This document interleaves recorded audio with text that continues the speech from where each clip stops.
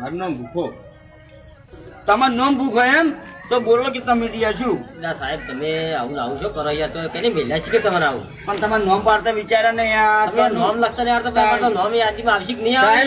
અમારું નામ તો ભૂંચી નહીં આવ્યું ને અમે પાછા આવે. ના ના યાર આ નહીં લખજો, આ લખો ભાઈ. ઓય પાછા ભાઈ લખજો, અમે અભણ છીએ ભાઈ, અમને ખબર નહીં પડતી. ના ના ના ઓય લખું. આમાં તો લખતા આવડતું નહીં, પછી આવે છે કે નહીં નામ લાગે? આ જાય તમારે લાભાર્થી તમારે બધો લાભ મળી જાય, ચિંતા ઉકા કરો. એટલે હવે મારા કાર્ડ કેટલા દાડે અમને મળશે?